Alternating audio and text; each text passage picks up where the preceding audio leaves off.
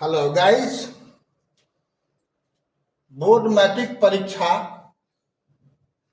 2026 की तैयारी हेतु हम वर्ष 2011 से लेकर के 25 तक का पूछे सवाल को हम चैप्टर वाइज दे रहे हैं। तो फर्स्ट सवाल है आज का, डे 4 में, यदि ए और बी दो अभाज्य संख्या हो तो उसका लॉसा होगा।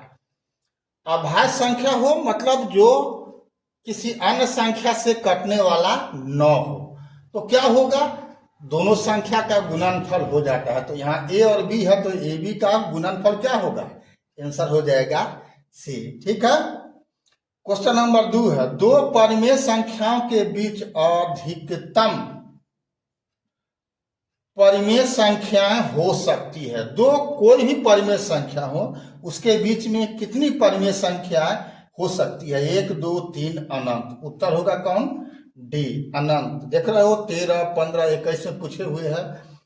एक नंबर भी के आपका 21 और 22 दोनों में पूछे हुए हैं। ठीक है ना। तो इसका महत्वपूर्ण सवाल है। आगे आप देखते हैं क्या सवाल आ रहा है, देखिए।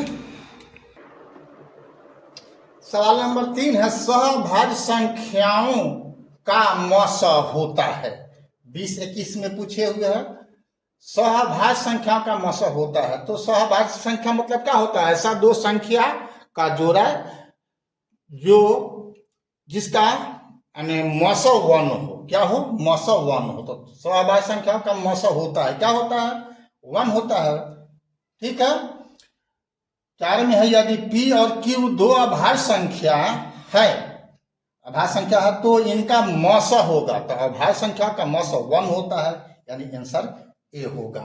अगला क्वेश्चन देखते हैं। ठीक है।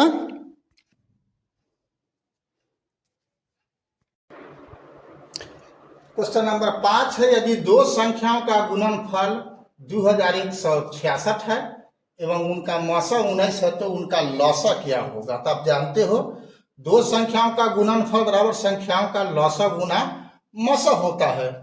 लौसा गुना मौसा। ठीक है। तो क्या हो जाए, 2166 बराबर लौसा गुना 19। तो अब निकालना हमको लौसा है तो 19 आके क्या होगा, इसमें भाग हो जाएगा। तो लौसा बराबर 2166 बटा में 19 से इसमें भाग करोगे यानी कटा दोगे तो 114 होगा। आंसर कौन हो जाएगा, सी हो जाएगा। ठीक है। अगला सवाल देखते हैं। क्वेश्चन नंबर 6 है, यदि a बराबर 2 के पावर 3 गुना 3 गुना 5 और b बराबर 2 के पावर 4 गुना 5 गुना 7। ठीक है। तो लौसा निकालना है a और b का। तो ये क्या है, अभाज्य गुणनखंड किया हुआ है a और b का। तो इसमें क्या होता है, लौसा निकालना है तो जब आधार समान हो तो बड़ी घात वाला लेते हैं। तो यहाँ 2 के पावर 3 है, 2 के पावर 4 है तो 2 के पावर 4 ले लेंगे। ठीक है। उसके बाद 5 यहाँ भी है और यहाँ भी है, दोनों में तो घात एक हुआ 5 का, तो 1 तो 5 ले लेंगे। अब इसके बाद बच गया 3 और 7, तो 7 गुना 3, इसको गुना कर देंगे 1680 होगा। आंसर कौन होगा, डी होगा। ठीक है। अब आते हैं 7 में, यदि m एक धनात्मक पूर्णांक है तो धनात्मक विषम पूर्णांक क्या होगा। यहाँ पर +2 है, यहाँ पर +4 है, आपको आंसर कौन होगा, सी होगा। जिसमें विषम संख्या जुड़ रहा है वही विषम होगा। ठीक है ना।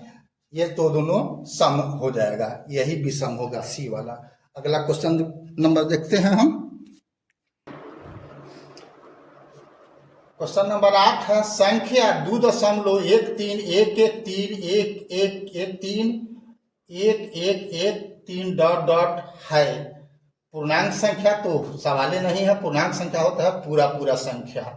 परिमेय संख्या को हम दशमलव में तब भिन्न या परिमेय या अपरिमेय में तब बदलेंगे हम उसको जबकि कोई निश्चित होगा। ये तो अनंत तक है, बढ़ते जा रहा है, कभी खत्म नहीं होने वाला है ये संख्या। तो उत्तर कौन हो जाएगा, इसमें सी होगा। अपरिमेय संख्या, ना पूर्णांक होगा ना परिमेय संख्या होगा, कौन होगा, अपरिमेय संख्या होगा उत्तर। ठीक है। क्वेश्चन नंबर 9 है, 144 के अभाज्य गुणनखंड में 2 का घात है तो 144 का भाज्य गुणनखंड कर दी तो 2 कैगो हुआ, 1 2 3 4 हुआ। इसका मतलब क्या हुआ, 2 के पावर 4 गुना 3 के पावर 2 हुआ। तो सवाल है कि 2 का घात क्या था, 2 की पावर कितना हुआ, 4 हुआ। तो आंसर कौन होगा, सी होगा। लास्ट क्वेश्चन देखते हैं, क्वेश्चन नंबर 10 आज का लास्ट क्वेश्चन है बच्चों, किसी धनात्मक पूर्णांक ए और बी के लिए ए कमा बी का मौस गुना ए कमा बी का लॉस निम्न में से कौन है। तो हम पहले भी बता चुके हैं, दो संख्याओं का अगर बात करोगे तो उसका गुणनफल बराबर होता है उन संख्याओं के लॉसा और मौसा के।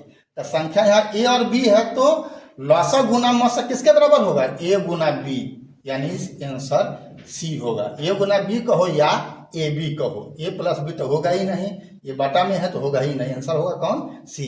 अभी तक फेसबुक इंस्टाग्राम पर BKR कुशवाहा प्रोफाइल को आपने फॉलो नहीं किया है तो फॉलो कर देना है, और यूट्यूब पर सब्सक्राइब नहीं किया है तो सब्सक्राइब कर देना है। अगर मैट्रिक की तैयारी आपको करनी है और बढ़िया से बढ़िया नंबर उठाना है तो आप मेरे साथ जुड़ जाओ, यदि अभी तक नहीं जुड़े हो तो। और लगातार देखो, आज डे 4 का 10 क्वेश्चन, प्रत्येक डे में मैं 10 क्वेश्चन आपको अभी लेके चल रहा हूं, लगातार चलूंगा जब तक आपका पूरा गणित खत्म नहीं हो जाए। तो पहले ऑब्जेक्टिव पढ़ाऊंगा, उसके बाद तब सब्जेक्टिव मैं आपको दूंगा, ठीक है। फिर मिलता अगला वीडियो में, तब तक के लिए जय हिंद, जय जगत, जय भारत।